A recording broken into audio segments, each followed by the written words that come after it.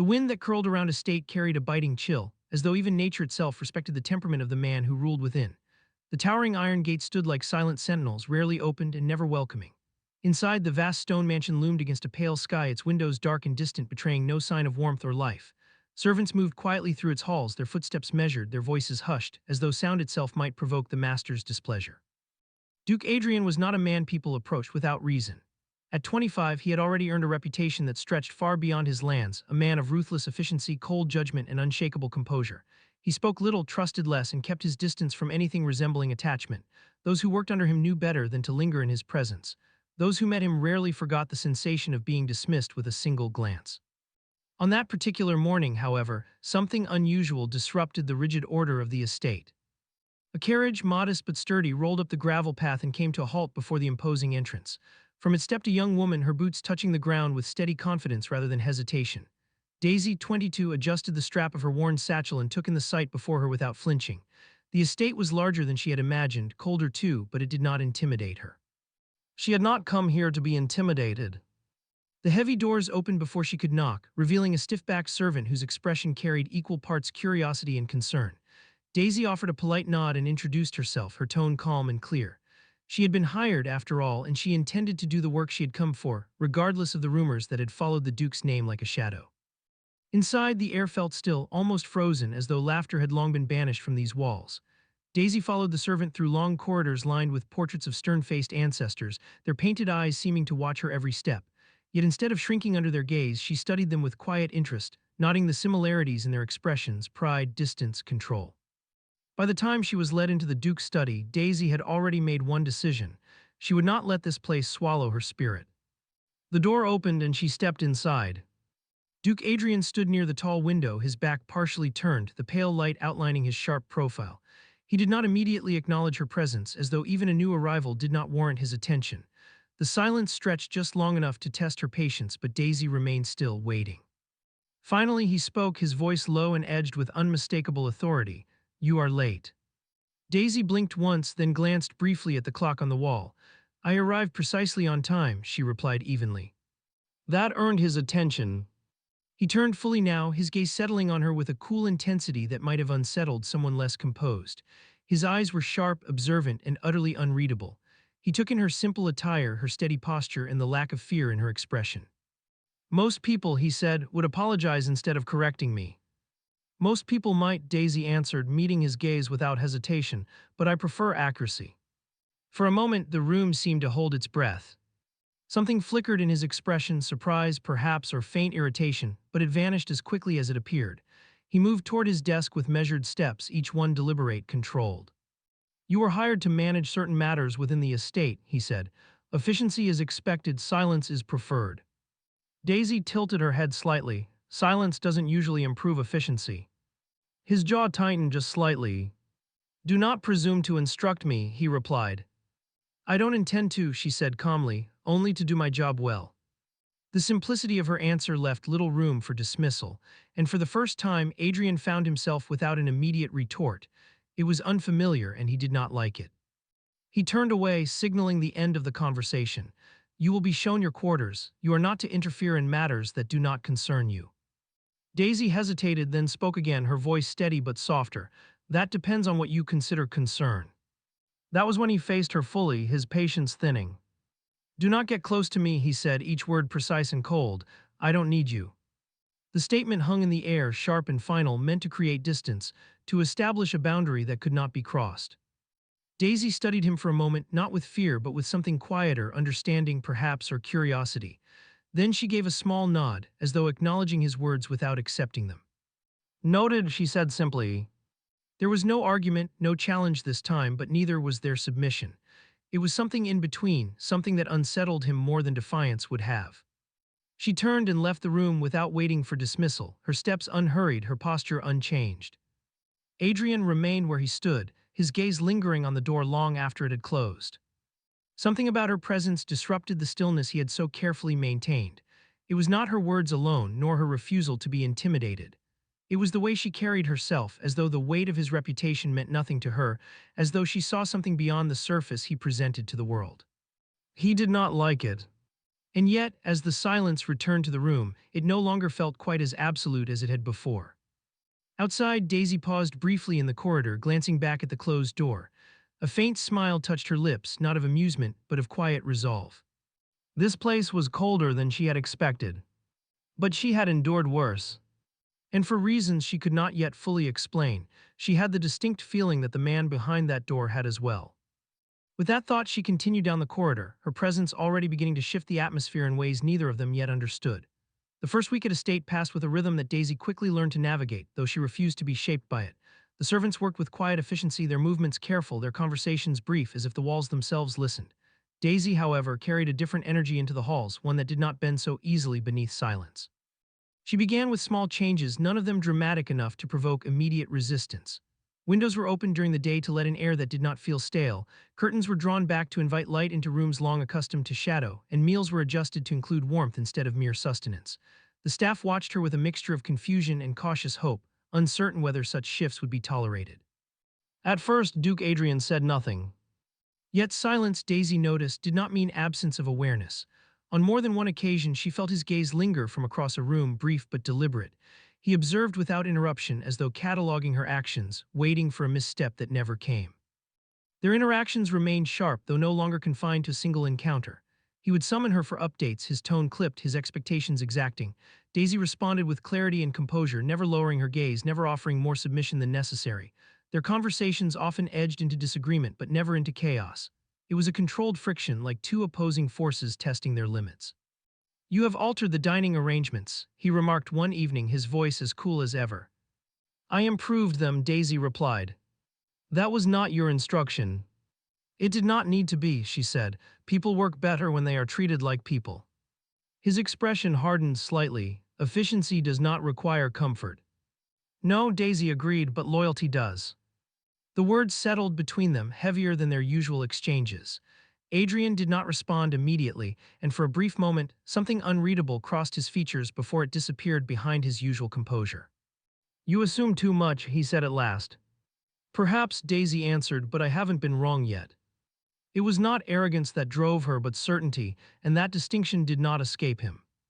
Despite his resistance, subtle changes began to take root. The servants moved with less tension, their shoulders no longer perpetually drawn tight. Conversations, though still quiet, carried traces of ease. Even the estate itself seemed less oppressive, as though it were slowly remembering what it meant to be lived in rather than merely maintained. Adrian noticed all of it. He told himself it was irrelevant. And yet he found himself pausing outside rooms he would have otherwise ignored, listening to the faint sounds of life that had once been absent. It was unfamiliar, unsettling in its quiet persistence. He had built his world on control, on distance, on the certainty that nothing and no one could disrupt the order he maintained. Daisy was proving that certainty fragile. One afternoon, he found her in the East Corridor, standing before a long-neglected portrait. Dust had been cleared from its surface, revealing the image of a woman whose expression carried a softness rarely seen within those walls. "You should not concern yourself with things that do not affect your duties," he said from behind her. Daisy did not startle. She had begun to recognize the near-silent way he moved. "Everything here affects my duties," she replied, her gaze still on the painting, "including what's been forgotten." "It was not forgotten," he said, "it was set aside." "There's a difference," she said gently. Adrian stepped closer, his eyes shifting briefly to the portrait before returning to her. "You speak as though you understand this place." "I understand what it feels like," Daisy answered, finally turning to face him, "and it feels empty." The word lingered, quiet but undeniable. His expression cooled further, though something beneath it tightened. "This is not your concern." "It becomes my concern when it affects the people who live here," she said, "including you." That was the first time she had spoken of him so directly, without distance or formality. It struck something sharper than defiance ever had. "You presume a great deal," he said, his tone lowering. "And you avoid a great deal," she replied. For a moment, neither moved. The tension between them shifted, no longer merely oppositional but charged with something more complex, something neither of them named. Adrian studied her, searching for hesitation, for doubt, for anything that would make her easier to dismiss. He found none. Instead, he became aware of something far more inconvenient, the quiet pull of her presence. It was not comfort, not yet, but it was no longer something he could ignore. She disrupted his thoughts in ways he did not welcome, her words lingering long after their conversations ended. That realization unsettled him more than any argument. Be careful, he said finally, his voice quieter but no less firm. You are stepping into matters you do not understand. Daisy held his gaze, her expression steady. Then perhaps you should explain them. He almost did. For a brief, unguarded second, the distance in his eyes faltered, revealing something deeper, something worn and unresolved. But just as quickly the barrier returned, stronger than before. There is nothing to explain, he said. Daisy knew that was not true. But she also knew better than to push further in that moment. Instead, she inclined her head slightly, a gesture that acknowledged his words without conceding to them. Then I'll learn on my own, she said. He watched her walk away, her steps unhurried, her presence leaving behind a silence that no longer felt complete. For the first time in years, Adrian found himself questioning the boundaries he had set so firmly. Not because they had been challenged, but because part of him, however reluctant, no longer wanted them to remain untouched. And that was far more dangerous than anything Daisy had said. The shift between them did not happen all at once, but when it came, it was unmistakable. What had begun as controlled friction evolved into something far more precarious, a quiet closeness neither of them openly acknowledged. Daisy moved through the estate with confidence now, her presence no longer an intrusion but an undeniable part of its rhythm. Adrian, despite himself, had grown accustomed to it. That familiarity unsettled him. He found himself anticipating her voice in rooms that once held only silence, noticing the absence of her footsteps when she was elsewhere, and pausing at doorways where light now lingered longer than before. These were small changes, subtle and easily dismissed, yet they accumulated into something he could neither control nor fully understand. Daisy noticed the change as well. It was not in what he said, but in what he did not say. His sharp dismissals had softened into shorter silences, his commands into observations. He no longer sent her away as quickly, and sometimes, without intention, he remained in her presence longer than necessary. It was not warmth, not yet, but it was no longer distance. One evening, as the last of the daylight faded into a muted twilight, Daisy found him standing alone in the garden, a place he rarely visited. The air carried a gentler chill than usual, softened by the faint scent of earth and lingering blooms. I didn't think you came out here, she said, approaching without hesitation. Adrian did not turn immediately. There was no reason to. And now there is, she asked. He glanced at her then, his expression unreadable. You've made it difficult to avoid. There was no accusation in his tone, only a quiet acknowledgement that carried more weight than either of them expected. Daisy stepped beside him, her gaze drifting over the garden. It's not a bad thing, she said. Change rarely is. For you, he replied, not for everyone. She studied him briefly, noting the tension that lingered beneath his composed exterior. You speak as if change only leads to loss. His jaw tightened, it often does. The certainty in his voice was not defensive but rooted in something deeper, something he had long accepted as truth. Daisy did not challenge him immediately. Instead, she allowed the silence to stretch, giving his words space to settle. Then why haven't you stopped me? She asked quietly. That question struck closer than any before. Adrian turned fully toward her, his gaze sharp, searching. Stopped you from what? From changing things, she said, from being here. For a moment, he said nothing. The answer lingered just beneath the surface, unwelcome and undeniable. He could have dismissed her, sent her away, restored the distance that once defined his world. It would have been simple, it would have been safe. But he had not done it. That does not mean I approve, he said finally, though the words lacked their usual force. Daisy's lips curved faintly, not in triumph, but in understanding. You don't have to approve, she said, you just haven't stopped it. Something in his expression shifted then, a flicker of frustration, not at her but at himself. You assume persistence will lead to something, he said. It will not. Maybe not, she replied, her voice calm, but neither will standing still. The conversation hovered on the edge of something deeper, something neither of them had fully confronted. Adrian felt it, the pull of words he did not want to say, the weight of truths he had long buried. For a brief moment he considered it, considered telling her why he had built his walls so high, why he refused to let anyone close enough to break them. But fear intervened, swift and unyielding. Enough, he said abruptly, the word cutting through the fragile quiet. You are overstepping. Daisy stilled, the shift in his tone unmistakable. Am I? She asked, though her voice remained steady. Yes, he said more sharply now, you mistake tolerance for permission. The distance he had once maintained surged back into place, colder and more rigid than before. It was not merely a retreat, it was a defense. Daisy held his gaze, searching for the hesitation she had seen earlier, the crack that had briefly appeared. It was gone now, sealed behind the same impenetrable composure he had worn from the beginning. I'm not asking for permission, she said quietly. That is precisely the problem, he replied. The words landed harder than he intended, though he did not retract them. Instead, he stepped back, reestablishing the physical distance that mirrored the emotional barrier he was rebuilding. This ends now, he continued. Whatever you believe is happening, it is not. You are here to fulfill your duties, nothing more. Daisy felt the shift settle fully, the fragile connection they had built collapsing under the weight of his refusal. For a moment, something like hurt flickered across her expression, though she quickly steadied it. And if I don't accept that, she asked. Adrian's gaze hardened, then you will leave. The finality in his voice left no room for interpretation. Silence stretched between them heavier than any before. Daisy understood what he was doing, even if he would not say it aloud. He was choosing distance again, choosing the safety of isolation over the uncertainty she brought into his life. It should have angered her. Instead, it disappointed her. Is that what you want? She asked, her voice softer now. He did not hesitate. Yes. The answer was immediate, precise, and entirely untrue. Daisy saw it anyway. But seeing it did not change the fact that he had said it.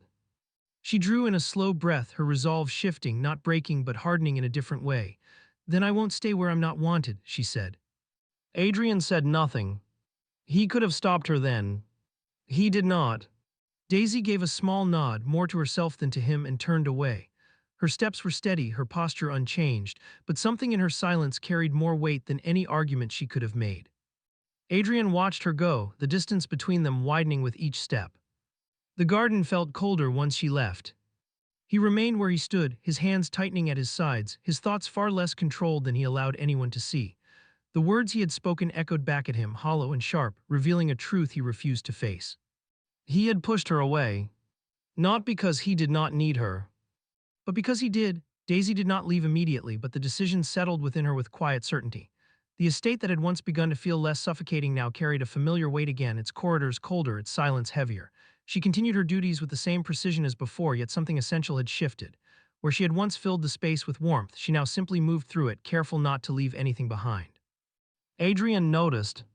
He noticed the absence of her unnecessary words, the way she no longer lingered after giving reports, and the subtle withdrawal of the presence he had grown used to without realizing it. The estate responded as well. The fragile liveliness Daisy had cultivated did not disappear entirely, but it dimmed as though waiting for something that no longer came. He told himself it was better this way. Control had returned, distance had been restored, nothing remained to disrupt the order he understood. And yet the silence no longer felt like safety. It felt like loss. Days passed with a strained normalcy neither of them acknowledged. Daisy prepared to leave, arranging her responsibilities so they could be transferred without difficulty. She spoke little of it, but her actions made her intentions clear. There was no confrontation, no final plea, only a quiet departure forming piece by piece. Adrian saw it unfolding and did nothing. Not because he was unaware, but because stopping her would require him to confront something he had spent years avoiding. To ask her to stay would mean admitting that she mattered, that her absence would leave something irreparable behind. That truth remained unspoken, until it could no longer be ignored. The turning point came not with words but with absence. One morning, Daisy did not appear. At first, it seemed insignificant. She had taken on many responsibilities, a delay was not unusual. But as the hours passed, a subtle unease began to settle over the estate. The servants exchanged uncertain glances, their quiet efficiency faltering. Adrian noticed immediately. He did not ask at first. Instead, he waited, expecting her to appear as she always did, composed and unbothered. When she did not, the stillness he had relied on began to feel unstable. "Where is she?" he asked at last, his voice cutting through the hall with quiet intensity. No one answered immediately. That hesitation was enough. A servant finally stepped forward, her expression tense. "She left early this morning, Your Grace." The words landed with unexpected force. "Left," he repeated, his tone sharper now. "She mentioned needing to handle something beyond the estate," the servant said carefully. She did not specify further. Adrian's jaw tightened. Something about it felt wrong, not the act of leaving, but the silence surrounding it. Daisy was not careless. She did not abandon responsibilities without reason. Without another word, he turned and left, his steps swift and uncharacteristically unmeasured. He found the answer beyond the estate grounds. The path leading toward the outer roads bore signs of disturbance, subtle but unmistakable to someone trained to notice. Footprints that did not belong to a single traveler, impressions in the dirt that suggested resistance rather than movement. The realization struck with chilling clarity. She had not simply left. She had been taken. For a moment, everything within him stilled. Then the control he had clung to shattered. The world narrowed to a single, undeniable truth. Daisy was in danger, and he had let her walk into it alone. The weight of that realization was sharper than any fear he had known.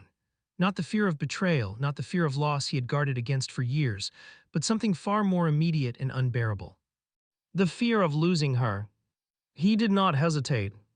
Orders were given with a precision that cut through the estate's lingering quiet, his authority sharper than ever before but no longer detached.